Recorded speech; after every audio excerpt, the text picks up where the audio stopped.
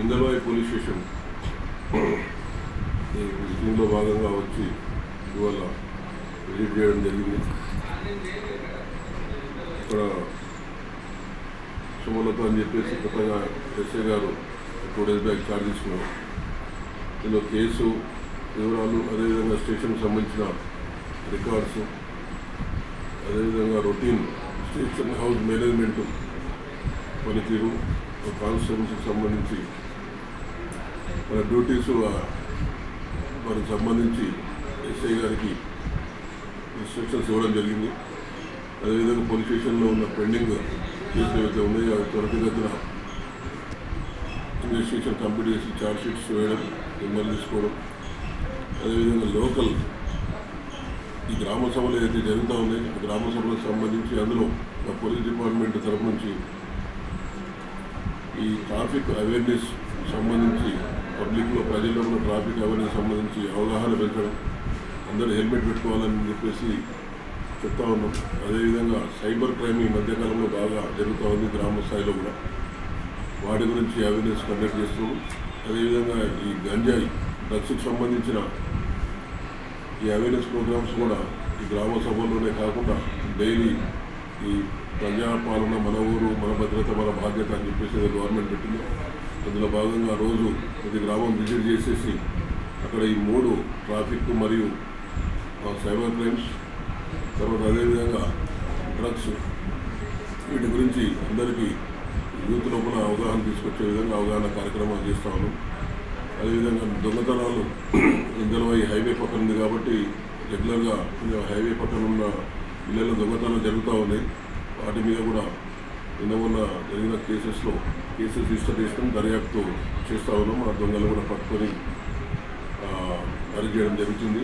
అదేవిధంగా ఇక్కడ patrolling night ఏదైతే ఉందో నైట్ పెట్రోలింగ్ ఎక్కువగా బీట్స్ పెంచడం, అదేవిధంగా నైట్ పెట్రోలింగ్ ఇంటెన్సిఫై చేయడం, రాత్రిపూట అవసరమైతే ఇంకా గ్రామాల్లో గస్తీ దళాలు అయితే ఉన్నాయో యూత్తోని గ్రామాల్లో గస్తీ దళాలు ఏర్పాటు చేసి దొంగతనాలు కాకుండా నివారించడానికి ఎస్ఐ గారికి ఇన్స్ట్రక్షన్ చేయడం జరిగింది. అదేవిధంగా ఈ ఫుడ్ పెట్రోలింగ్ ఏదైతే పోలీసు ముందు సాయంత్రం ఫుడ్ పెట్రోలింగ్ చేయడం, గంజాయి ఎక్కడైతే యూత్ గంజాయి తాగుతున్నారో వాళ్ళని ఐడెంటిఫై చేసి వాళ్ళని పట్టుకొని ఆ కేసులు అరెస్ట్ చేసేసి వాళ్ళని డిఅడిక్షన్ సెంటర్స్ పంపడం కోసం కూడా ఈ ప్రత్యేక టీంని ఏర్పాటు చేసినాం. ఈ కేసెస్లో ఇంకా దొంగతనాలు కాకుండా అదేవిధంగా ల్యాండ్ ఆర్డర్కి సంబంధించి తర్వాత ఎప్పటికప్పుడు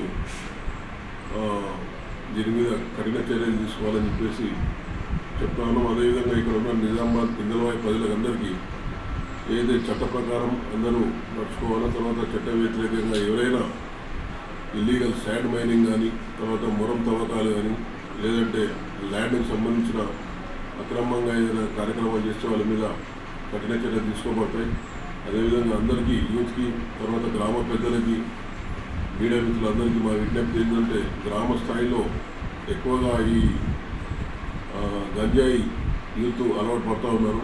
కాబట్టి అట్లాంటి ఎక్కడైతే గంజాయి అమ్మినట్టున్నా కానీ, తర్వాత ఎక్కడైతే గంజాయి తీసుకుంటున్న సమాచారం మీకుంటే ఇమీడియట్గా మాకు పోలీసుకు ఇన్ఫామ్ చేయాలి, కన్సల్ట్ SHOకి.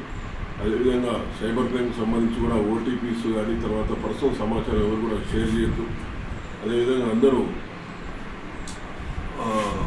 ఇవి కూడా అందరూ ట్రాఫిక్ అవేర్నెస్ సంబంధించి హెల్మెట్స్ కూడా అందరూ పెట్టుకుని రోడ్డు ప్రమాదాలు బాగా జరుగుతూ ఉన్నాయి హైవే మీద. కాబట్టి ట్రాఫిక్ అవగాహన సంబంధించి 2 వీలర్స్ హెల్మెట్ పెట్టుకోవాలి, 4 వీలర్స్ కార్ డ్రైవింగ్ వాళ్ళైతే సీట్ బెల్ట్ పెట్టుకోవాలి. ట్రాఫిక్ రూల్స్ పాటించి ఈ ప్రమాదాలు తగ్గించాలని చెప్పేసి ప్రయత్నం చేస్తూ ఉన్నాం. అదేవిధంగా ప్రతి గ్రామంలో CCTV కెమెరాలు ఏర్పాటు చేసుకోవాలని చెప్పేసి నేను అందరికీ ప్రతి ప్రజలకు విజ్ఞప్తి చేస్తూ ఉన్నాం. నేను సైతం కార్యక్రమంలో ప్రతి ఇంటికి 2 CC కెమెరాలు వాళ్ళు అరేంజ్ చేసుకున్నట్టయితే దానికి మా పోలీస్ కేసు దర్యాప్తులో ఉపయోగపడడం వల్ల అవుతారు. అదేవిధంగా గ్రామంలో కానీ, తర్వాత ఇందల్వాయి మొత్తం పోలీస్ స్టేషన్లో ఏదైనా నేరం జరిగినా, తర్వాత దొంగతనం జరిగినా, లేదంటే ఎట్లాంటి అసాంఘిక కార్యక్రమాలు జరిగినా కూడా మనకు ఇమీడియట్గా వాళ్ళు అరెస్ట్ చేసే అవకాశం ఉంటుంది. కాబట్టి అందరూ తప్పనిసరిగా CCTV కెమెరాలు ఏర్పాటు చేసుకోవాలని చెప్పేసి, అది శాంతి భద్రతలకు ఎప్పుడు మా పూర్తి సహకారం ఉంటుంది. అదేవిధంగా పోలీసుకు సహకరించాలి, మా సహకారం కూడా ప్రజలకు ఉంటుందని తెలియజేస్తూ, అదేవిధంగా వచ్చే నెల నుంచి ఎవరైతే హెల్మెట్ పెట్టుకోకుండా వాహనాలు నడుపుతారో వాళ్ళకి, ఎందుకంటే ఇప్పటిదాకా కౌన్సిలింగ్ చేస్తూ ఉన్నాం హెల్మెట్ పెట్టుకోవాలని, నెక్స్ట్ మంత్ జూలై నుంచి హెల్మెట్ లేకుండా వాహనాలు 2 వీలర్స్ నడుపుతారో వాళ్ళకి ఆ వాహనం సీజ్ చేసేసి ఎఫ్ఐఆర్ చేసి ఛార్జ్షీట్ చేయడం జరుగుతుంది. హెల్మెట్ లేకుండా ఎవరు వాహనం నడిపినా 2 వీలర్ నడిపితే ఆ వెహికల్ సీజ్ చేయడం జరుగుతుంది, వాళ్ళ మీద ఎఫ్ఐఆర్ చేయడం జరుగుతుంది, ఆ వాహనం కోర్టులో డిపాజిట్ చేయడం జరుగుతుంది. కాబట్టి అందరూ ఇది గమనించి హెల్మెట్ పెట్టుకోవాలని చెప్పేసి విజ్ఞప్తి చేస్తున్నాం. Thank you.